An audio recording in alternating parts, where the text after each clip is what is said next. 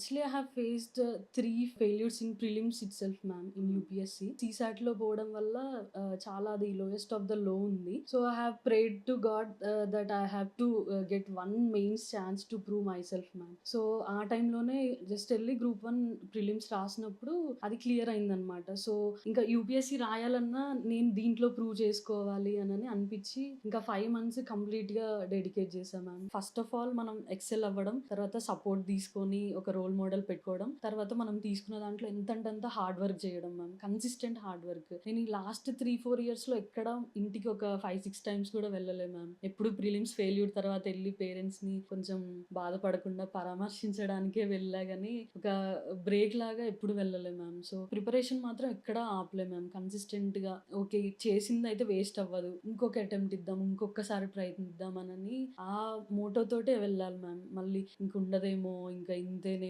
అనని ఆ డీమోటివేషన్. ఆ టైంలో మనం మన support system few members like మా బ్రదర్ చాలా అంటే చాలా లోలో ఉన్నప్పుడు ఒక ఫాదర్ లాగా అన్నీ చేశారంటే, ఒక ఎడ్యుకేటెడ్ ఫాదర్ ఉంటే ఓకే. నా సర్టిఫికేట్స్ అన్నీ తను చూసుకుంటాడని. ఇంకొక ఎడ్యుకేటెడ్ మదర్ ఉంటే మంచి నా న్యూట్రిషన్ డైట్ అన్నా మేము రూమ్ తీసుకున్నాం మ్యామ్ 2022లో. అప్పుడు నా డైట్ ఇదంతా తనే చూసుకునేవాళ్ళు. కుకింగ్ చేసేవాడు. యాస్ ఎ మదర్, ఫాదర్ ఇంకా మెంటర్ గూడా మ్యామ్. మెంటర్ గూడా నేను రాసిన ఆన్సర్స్ కరెక్షన్ చేసేవాడు. అట్లా సపోర్ట్ చేసేవాళ్ళు మ్యామ్.